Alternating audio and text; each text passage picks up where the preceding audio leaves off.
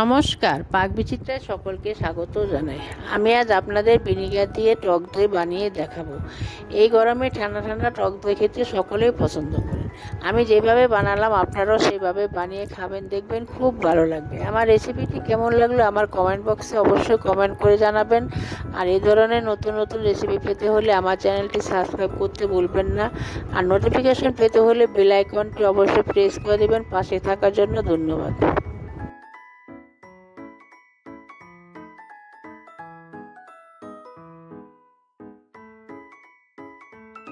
আজ আমি আপনাদের ভিনিগার দিয়ে কীভাবে টক দই তৈরি করতে হয় সেই রেসিপিটি করে দেখাবো। তার জন্য এখানে আমি ফুল ফ্যাট দুধ নিয়েছি 1 লিটার, আমুল তাজা যে টেট্রা প্যাকেট সেটা নিয়েছি, ভিনিগার নিয়েছি আর 2 টেবিল চামচ গুঁড়ো দুধ নিয়েছি।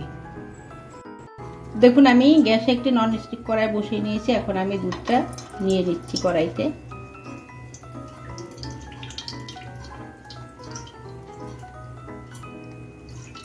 দেখুন গ্যাসটা আমি অন করে নিয়েছি। এখন আমি গ্যাসটা হাইতে রেখে দুধটাকে ফুটিয়ে নেব। দেখুন আমার দুধ ফুটে উঠেছে। এখন আমি গ্যাসটা মিডিয়ামে রেখে অনবরত নেড়ে চেড়ে যাতে তলা লেগে না যায় দুধটাকে আমি জাল করে ঘন করে নেব। আমি 1 হাতা দুধ একটা বাটিতে নিয়ে নিচ্ছি। যে আমি এক হাতা দুধ তুলে নিয়েছিলাম সেই দুধের মধ্যে আমি এখন গুঁড়ো দুধটা গুলিয়ে নেব।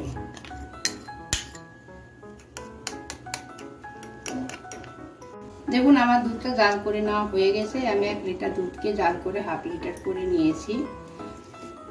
দুধ জাল দিয়ে হাফ করে নিতে হবে।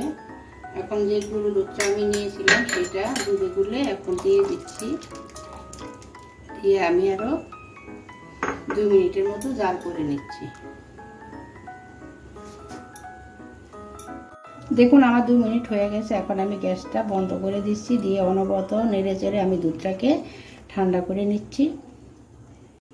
দেখুন আমি এখন দুধটাকে অনবরত নেড়ে চেড়ে কুসুম গরম করে নিচ্ছি। দেখুন একটা কড়ার মাঝখানে আমি একটা তাওয়া দিয়ে একটা বাটি বসিয়ে নিয়েছি। যে মাটির পাত্রে আমি দইটা জমাবো সেই মাটির পাত্রে একটা বাটির উপরে বসিয়ে নিয়েছি।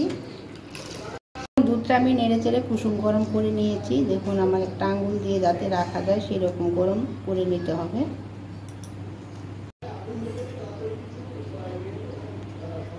দেখুন আমি 1 টেবিল চামচ ভিনিগার মিশিয়ে দিচ্ছি,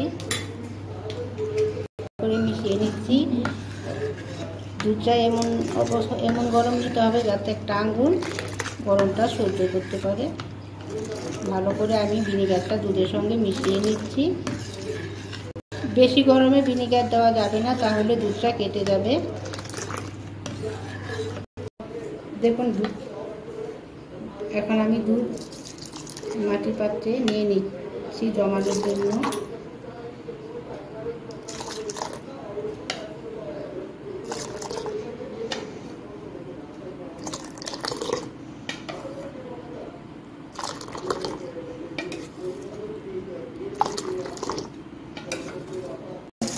ফলিং পেপার দিয়ে আমি মুখটা বন্ধ করে দিচ্ছি। এখন আমি তাওয়াটা দিয়ে ভালো করে ঢেকে দিচ্ছি। উপরে আরেকটা আমি চাদর দিয়ে ঢেকে দিচ্ছি। এভাবে আমি সারা রাত রেখে দেবো দুধটা জমানোর জন্য।